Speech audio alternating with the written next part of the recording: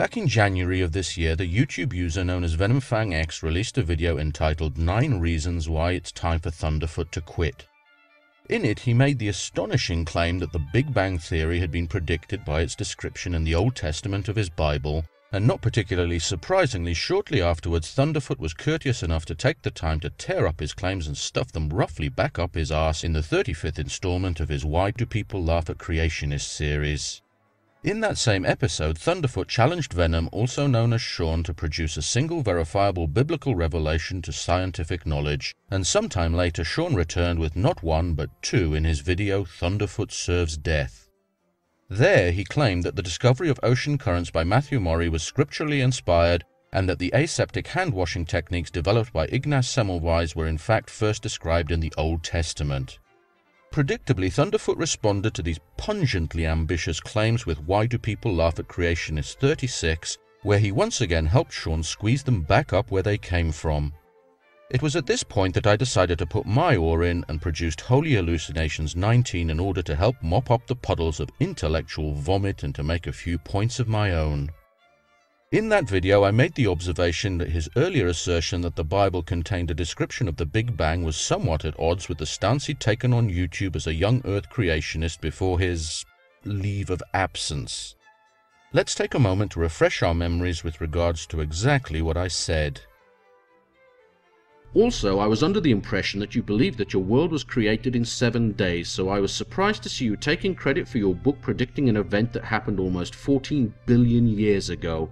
I was unaware that you'd retracted your previous young Earth stance, and if you haven't, then how do you explain this? You're not lying your fucking face off just to feebly try and win a point rather than conducting an honest debate, are you, Sean? Because that wouldn't be very Christian now, would it? Of course, Sean didn't accept my video response, let alone address any of the points I made or this particularly pertinent question. Over the course of the next few weeks, I also repeated the question directly to him 3 times in the comment sections of his and other people's videos, but he ignored them all and in some cases deleted them. I'd pretty much given up on getting an answer until I was lucky enough to spend a little time listening to an interview with Sean on the Tuesday afternoon podcast of May 24th of this year.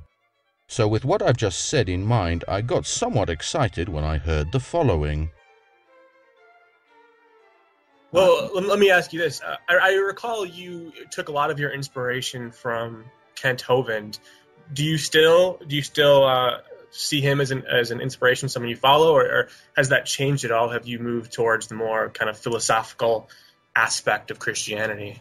To this day, I'm actually going up in a month from now to work with Eric Hovind in Pensacola to sort of, I don't know, I agree with what his dad did in terms of the creation versus evolution message. I actually became a Christian watching his videos. So Kent Hovind has a special place in my heart, and I watch his videos to this day. Now, I do know that there have been criticisms leveled against Kent Hovind, both a personal level as well as regarding some of the information he presents in his seminar. But I think overall, particularly his seminar called Lies in the Textbooks, I agree with the vast majority of it.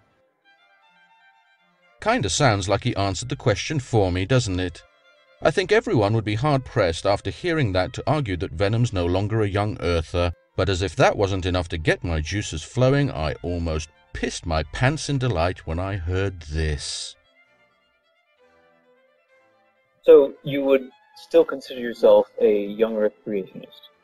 Absolutely, yes. So there it is. Question answered, albeit indirectly. Thank you, Sean, and if you're listening to this, I think it's clear now that you yourself didn't believe a word of what you said when you were trying to palm off your Big Bang Theory onto the gullible like a sleazy used car salesman. Of course, this leads to a number of new, albeit related questions that I'd like to pose, and I hope that you'll at least consider them this time, especially in the light of what's left of your rapidly shrinking credibility. Does defending your primitive fairy tales really justify dragging common decency and honesty through the mud, Sean? And what do you think this kind of behavior says about the very beliefs you're purporting to defend, much less why they need to be defended in such an underhanded manner? How far will you go to defend those beliefs, Sean? How big a lie are you willing to tell on their behalf? And what does that speak to their true worth? What would you be willing to do, Sean? Anything? Everything? These questions deserve an answer, Sean, because you've proven your dishonesty with your own words, and if you want to salvage any semblance of respect outside your own self-affirming circle of fans, you really should consider addressing them. Because I, for one, am left seriously asking myself why anyone, anywhere should believe a word of what you say about anything.